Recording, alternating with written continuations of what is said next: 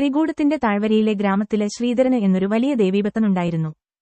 ദേവി ഒരിക്കല് ശ്രീധരന്റെ സ്വപ്നത്തില് വന്ന് ഊരടച്ച് ഒരു സദ്യ നടത്താൻ ആവശ്യപ്പെട്ടു. ശ്രീധരന് വലിയ ധനവാനൊന്നുമായിരുന്നില്ല. പ്രതീക്ഷിച്ചതിലും വളരെയധികം ആളുകള് സത്യക്ക് വന്നുചേർന്നു. ഇത്രയധികം ആളുകളെ എങ്ങനെ ഊട്ടുമെന്ന് വ്യാകുലപ്പെട്ടിരുന്ന ശ്രീധരന് തന്റെ വീട്ടിൽ നിന്നും ഒരു പെൺകുട്ടി ഇറങ്ങിപ്പോകുന്നത് കണ്ടു. അകത്തുപോയി നോക്കിയപ്പോൾ സ്വാദിഷ്ടമായ ഭക്ഷണവിഭവങ്ങളുടെ കൂമ്പാരങ്ങള്. എല്ലാവരും ആശ്ചര്യപ്പെട്ടു. മലമുകളിലേക്ക് മടങ്ങിയ ദേവിയുടെ പിന്നാലെ ഭൈരവനാഥ് വീണ്ടും കൂടി. ഇത്തവണ പ്രേമാഭ്യർത്ഥന മാറി ഭീഷണിയായി. ഗുഹയ്ക്ക് മുമ്പിലെത്തിയ ദേവി തന്റെ വാളുകൊണ്ട് ഭൈരവനാഥിന്റെ തലയെറുത്ത് ദൂരേക്കെറിഞ്ഞു. ആ തല ഒരു കുന്നിനു മുകളിൽ പോയി വീണു. ഭൈരവനാഥ് താന് ചെയ്ത തെറ്റിനായി പശ്ചാത്തപിച്ചു.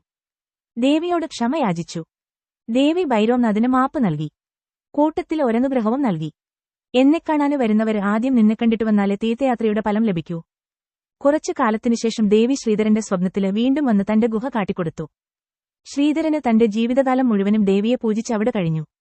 പിൽക്കാലത്ത് വൈഷ്ണോദേവി എന്ന പേരിലെ ഈ ഗുഹാക്ഷേത്രം വിശ്വപ്രസിദ്ധി നേടി. ഭഗവാന്റെ കൽക്കി അവതാരം വരുമ്പോൾ ഭഗവാനില് ലയിക്കാനായി ഉഗ്രതപസ്സുനുഷ്ഠിക്കുന്ന മഹാകാളി മഹാലക്ഷ്മി മഹാസരസ്വതി സ്വരൂപിണിയായ ജഗദംബയുടെ സാന്നിധ്യമാണിവിടെയുള്ളത്.